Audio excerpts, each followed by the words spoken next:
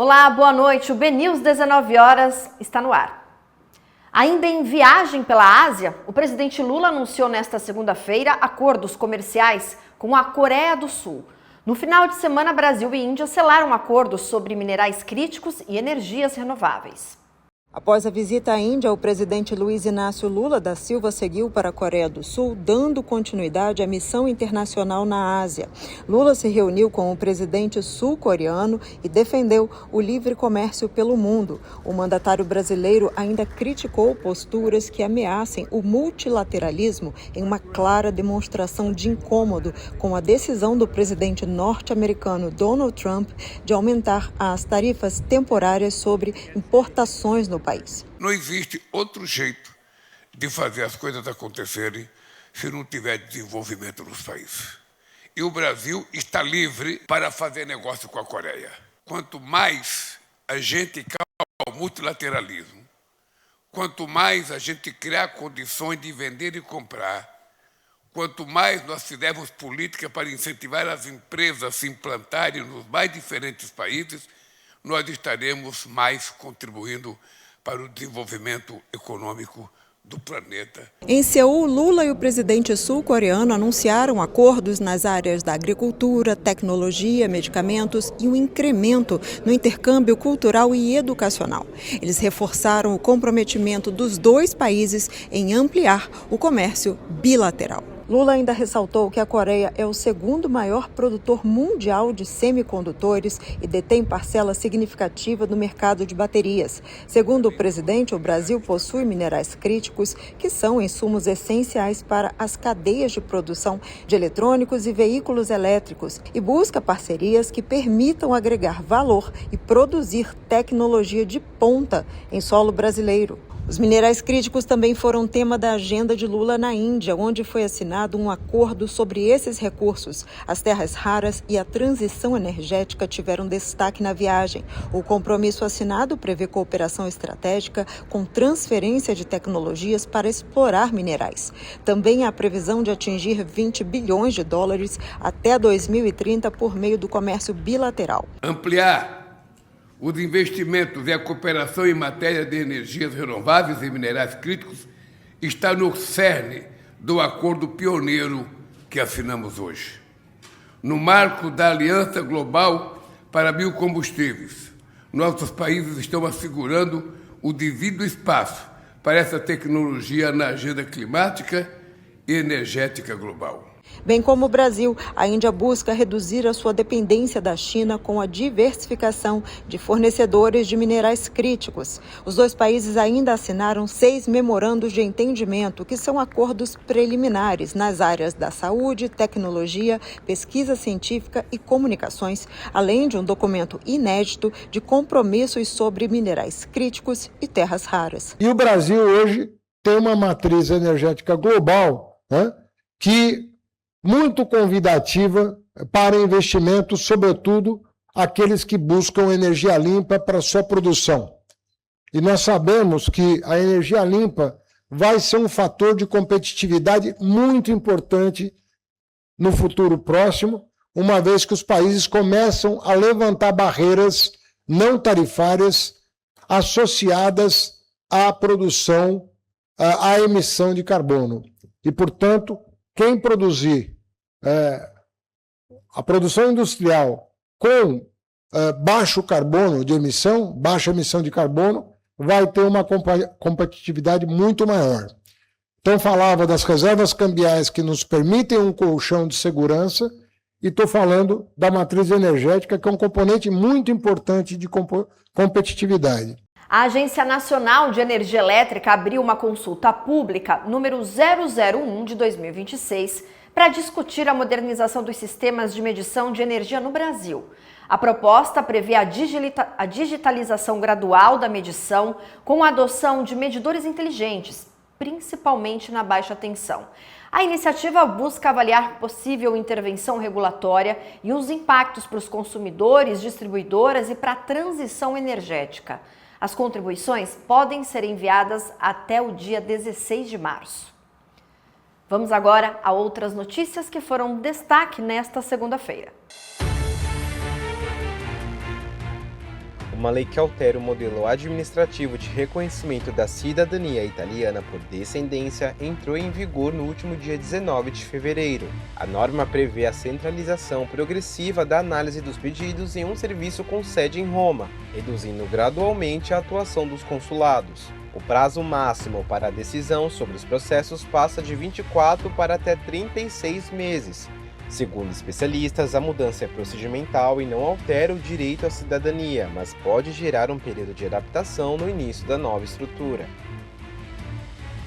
6 pessoas morreram e 9 ficaram feridas na colisão de uma lancha com um pier às margens do Rio Grande, na divisa entre Minas Gerais e São Paulo, na noite de sábado. A embarcação, que saiu de Franca com 15 ocupantes, bateu na estrutura às 11h30 da noite na margem mineira, em Sacramento. Entre os mortos estão 3 mulheres, 2 homens e uma criança de 4 anos, enquanto 3 feridos dentre 9 sobreviventes foram levados a um hospital em Rifânia.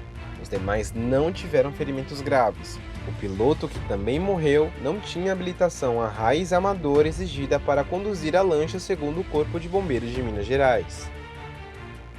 O Museu do Porto de Santos recebeu 3.500 visitantes em janeiro, o maior número já registrado pelo espaço. Durante a programação de férias, quem visitou o museu de segunda a quinta-feira ganhou entrada para um passeio de catamarã pelo canal de navegação. Cerca de 1.000 pessoas participaram do percurso e foram necessárias viagens extras por causa da procura.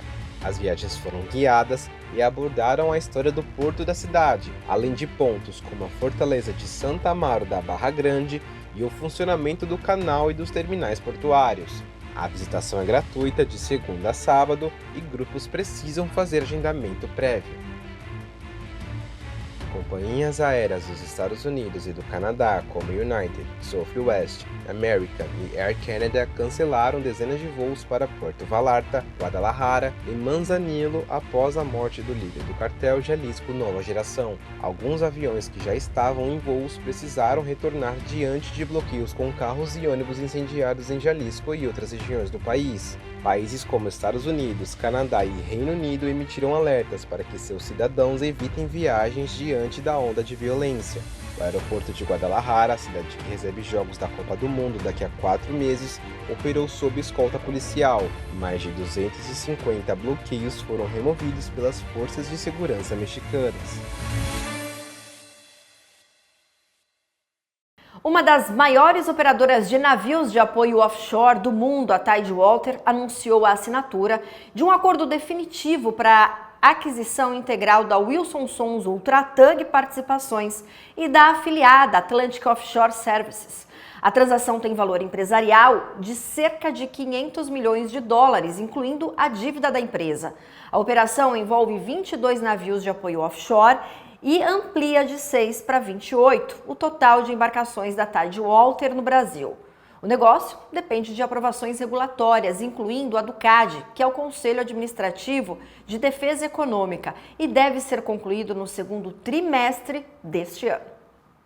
Agora vamos para o portal bnews.com.br. Eu destaco uma notícia que vem do Porto de Santos, porque há uma disputa sobre a manutenção da exclusividade na contratação de trabalhadores portuários. Voltou ao centro dos debates no Tribunal Superior do Trabalho, uma manifestação que foi protocolada na sessão de dissídios coletivos da Corte.